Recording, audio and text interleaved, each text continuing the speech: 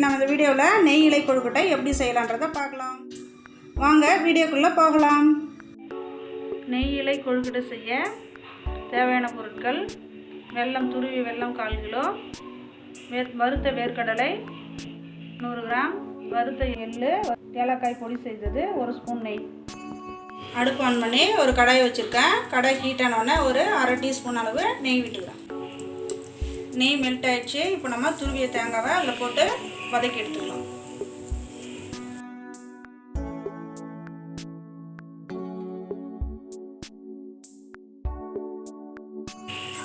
தேங்காய் வதக்கும் போது நல்லா வாசம் வரும். அந்த டைமில் நம்ம தேங்காவை எடுத்துக்கலாம்.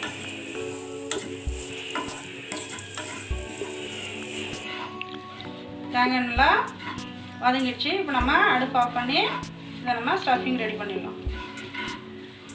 மிக்ஸி ஜார் எடுத்து நம்ம வறுத்த வேர்க்கடலையை அதில் போட்டுக்கலாம். அதோட வறுத்த எள்ளு இப்போ இது ரெண்டுத்தையும் நான் பொடி செய்து எடுத்துக்கிறேன். இப்போது நம்ம வறுத்த வேர்க்கடலை எள்ளும் பொடி செய்து எடுத்துட்டாச்சு. வேற ஒரு பவுலில் நான் இதை எடுத்து வச்சுருக்கேன். இப்போ நம்ம வறுத்தெடுத்த தேங்காய் துருவில் 2 ஓட்டு ஓட்டி மிக்சியில் எடுத்துக்கலாம். நம்ம நல்லா அரைச்செடுத்த இந்த தேங்காய் துருளையும் அந்த வேர்க்கடலை பொடியோடு சேர்த்துக்கிறேன். நான் இதோட நான் பொடி செய்த ஏலக்காய் பொடியை சேர்த்துக்கிறேன்.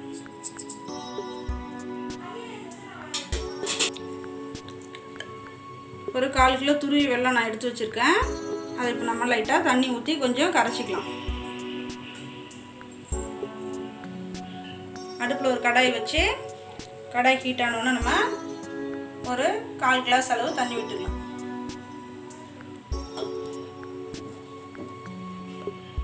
இப்போ துருவி வெல்லத்தை அதோட சேர்த்து நம்ம கரைச்சி எடுத்துக்கலாம்.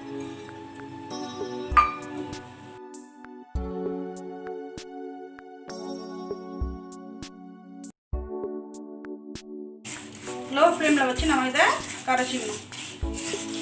இதெல்லாம் நல்லா கட்டி இல்லாமல் இதை நல்லா கரைச்சி எடுத்துக்கலாம்.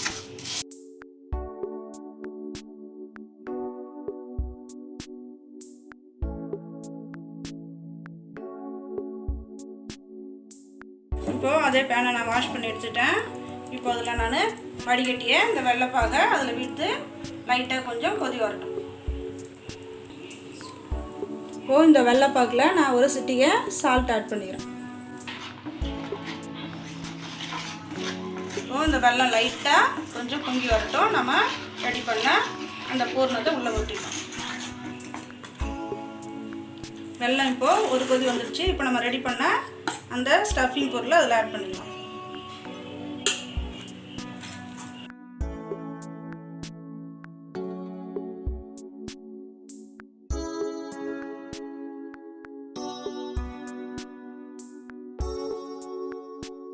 நம்ம ஸ்டஃபிங் ரெடி பண்ணுறதுக்கு செஞ்ச பூர்ணம் வந்து ரெடி ஆகிடுச்சு. இது இப்போ நம்ம வேறு ஒரு பிளேட்டுக்கு மாற்றிடலாம். ஸ்டஃபிங் நல்லா ஆறட்டும். நம்ம இப்போ கொழுக்கட்டை மாவு ரெடி பண்ணிடலாம். இப்போ நம்ம ஒரு 1/2 கிலோ கொழுக்கட்டை மாவு எடுத்து வச்சுருக்கேன். இதில் ஒரு அரை டீஸ்பூன் அளவு சால்ட் சேர்த்துக்கிறேன். இதை நல்லா மிக்ஸ் பண்ணிக்கலாம். இப்போது நான் நல்லா தண்ணி சுட வச்சு பாயில் பண்ணி எடுத்து வச்சுருக்கேன்.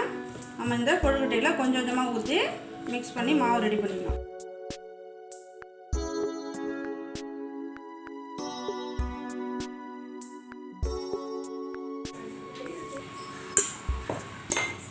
இப்போ நம்ம நல்லா தண்ணி சுட வச்சு சூடாக இருக்கும்போது கரண்டி போட்டு அதை நம்ம கலக்கணும். இப்போ கொஞ்சம் மிதமான சூட்டில் இருக்கும்போது கையாலே நம்ம இதை பிசைஞ்சிக்கலாம்.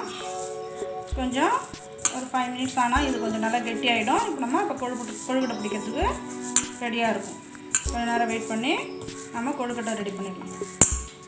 வாழை இலையை நான் சின்ன சின்ன பீசஸாக கட் பண்ணி எல்லா பீசஸ்லேயும் இந்த மாதிரி நெய் வச்சு அப்ளை பண்ணியிருக்கேன். இதுக்குள்ளே நம்ம கொழுக்கட்டையை வச்சு க்ளோஸ் பண்ணி நம்ம எப்படி கொழுக்கட்டை ரெடி பண்ணலாம் அப்படின்றத காமிக்கிறேன். நம்ம கொழுக்கட்டை மாவு ரெடி பண்ணதுலேருந்து நம்ம ஒரு உருட்டை மாவு எடுத்து நெய் தடவி கொழுக்கட்டை ரெடி பண்ணிக்கலாம்.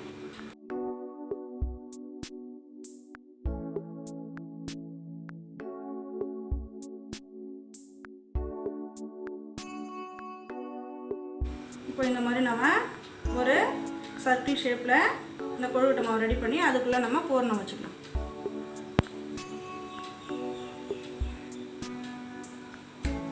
இப்போது இதை நம்ம க்ளோஸ் பண்ணி கொழுக்கட்டை ஷேப்புக்கு கொண்டு வந்துடணும்.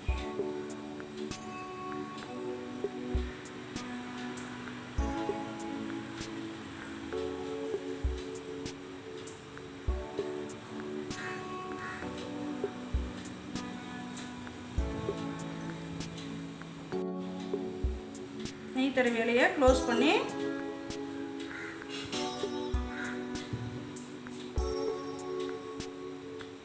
நூல் போட்டு கட்டிக்கலாம்.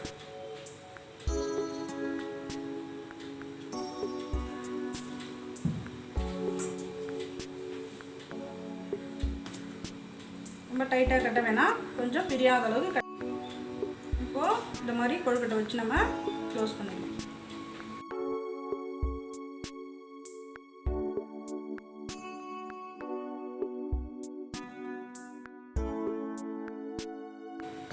இந்த மாதிரி நம்ம கொழுக்கட்டை எல்லாத்தையும் ரெடி பண்ணி வேக வச்சுக்கலாம்.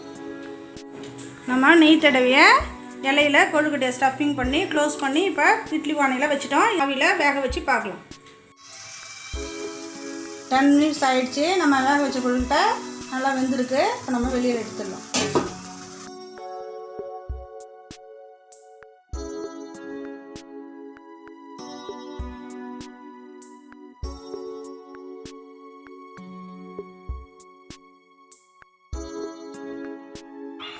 நெய் தடவி வேக வச்ச கொழுக்கட்டையை நூல் சுற்றி வச்சோம். இப்போ அந்த நூலை பிரித்து எடுத்து கொழுக்கட்டையை வெளியே எடுத்துடலாம்.